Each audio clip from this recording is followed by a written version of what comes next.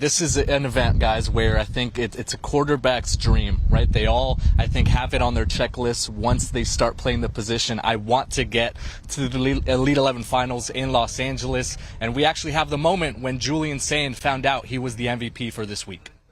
Our 2023 Elite 11 MVP, got the trophy right here. Give it up for Julian Sayin.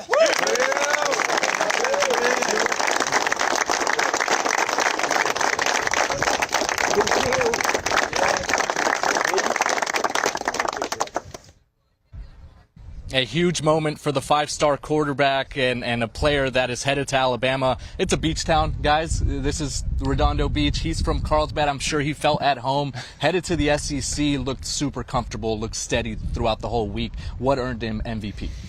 I think it's the whole body of work, right? We take the 3-hour workout on Wednesday night. He was sharp. Football never touched the ground. Parlays that into Thursday's pro day. Had the highest score for us, had the highest score for the Elite 11 guys. He's just a pure passer. You heard it, Yogi say that. I mean, he can get it all around to different levels. I thought during the 7-on-7 portion, he came on strong late. You know, he might not have had the best wide receivers, but it was still an admirable performance. And I thought what I liked about Julian Sayin is he wasn't afraid to take some shots. Right, all these quarterbacks out here, they don't want to throw picks. They don't want to throw incompletions. And Julian Sayin, he put the ball in some places some other guys couldn't. I thought he was the most consistent quarterback throughout the week. But listen, you can't just be consistent. There are 19 other guys out here that are very good quarterbacks, some of the best quarterbacks and arms in the country. I think when you look under the hood of the car with Julian Sayin, he's got a lot more than I think we initially thought. And we talk about why it's so important to see these guys live. We had a lot of debate, right, behind the scenes. Julian Sayin, Elijah Brown, who's the #1 signal caller in the state of California. And that's no disrespect to Elijah Brown, but Julian Sayin came out here. He made that very clear. And in terms of the arm, there is a lot of NFL tools there. So Tommy Rees, Nick Saban, they should be really happy. They're getting one of the best signal callers in the country. A player that really took this event serious. I was over at the accuracy challenge, and he was the leader in the clubhouse for a while, guys. But he's kind of sneaking over, checking the score sheet, making sure he's still going to be that leader in the clubhouse. But Elliot, you are with the winner, the alpha dog from the Elite 11 finals, Julian Sayin.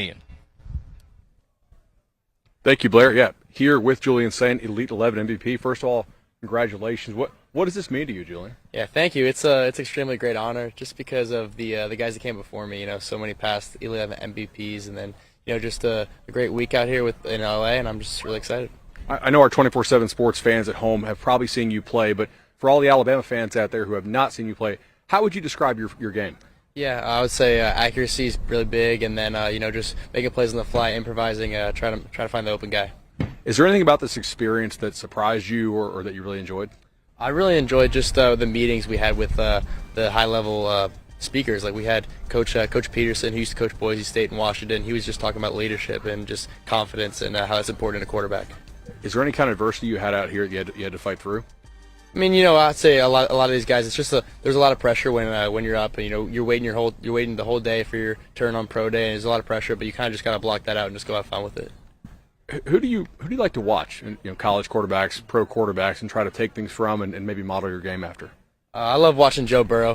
He's an elite player in the NFL, and he's just so fun to watch. The way he plays the game, he's so smart. He's so accurate. It's so fun to watch. Julian, really appreciate the time. Thank you. Appreciate it. Julian Sayin, obviously a terrific body of work with what he did this whole week. Cooper, you mentioned earlier that this is an opportunity for us to see these quarterbacks make throws right after each other, right? It's a great evaluation tool, and this was one of the topics heading into the week. Can Julian Sayin earn that 5th star? And I think across the board, we all agree that he has done that this week. Yeah, I think, listen, when you look at the body of the work, he was just talking about his accuracy, that being one of the most admirable traits that he has. Right now, I think he's knocking on that door, right? What do we have him, 33? Right, so he's right there. There's only 32 5-stars. But when you compare him to the rest of the field, you had Dylan Raiola out here. You had Jaden Davis, right, who's also a 5-star as well, committed to Michigan. it's hard to say that Julian Sayin is not in that conversation, right? He went head-to-head with both those guys this week. We just got done saying he was probably the most complete quarterback prospect here. So there's a lot to like about him. That's going to be a conversation that we're going to have. We got to update in a couple weeks, right? So there's a lot more to talk about, but I think he did plenty enough, obviously, to put himself in that conversation, position himself going forward. I think before we even arrived in Los Angeles, we had started studying these guys a little bit more the second or the third time you watch them. And Julian Sayin was someone for me where I was like, all right, I'm coming around on him. All right, you dig into the resume. His brother played at Penn, all Ivy League honorable mention, so he's got the bloodlines going on. Then you look at his record, what he has done at Carlsbad High School. I mean, he's won games, and you watch the film, works under center. Not a lot of these guys work under center, and they had to do that out here. Multiple throwing stations, you're taking different drops, whether there's a 3-step drop, 5-step drop, 7-step drop.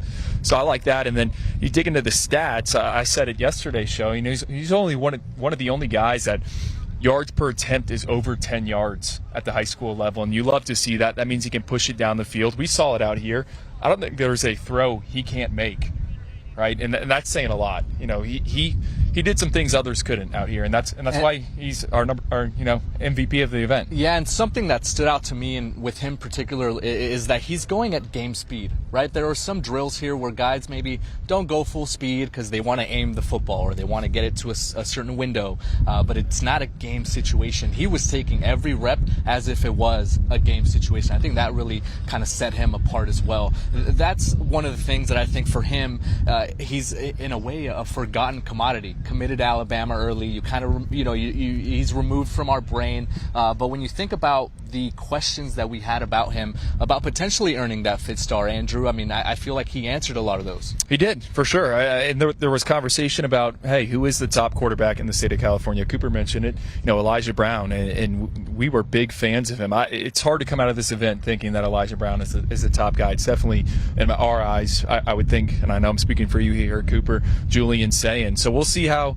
the board shakes out, but it was certainly, I think, a statement for Julian Sayin. And again, we're going to tinker with the rankings. We're coming out with a new update here soon, but I think Alabama fans should be excited. And I've said this in the past as well. We've seen what the Crimson Tide have taken at quarterback the past few years. I get the most excited about what Julian Sayin could be in that offense.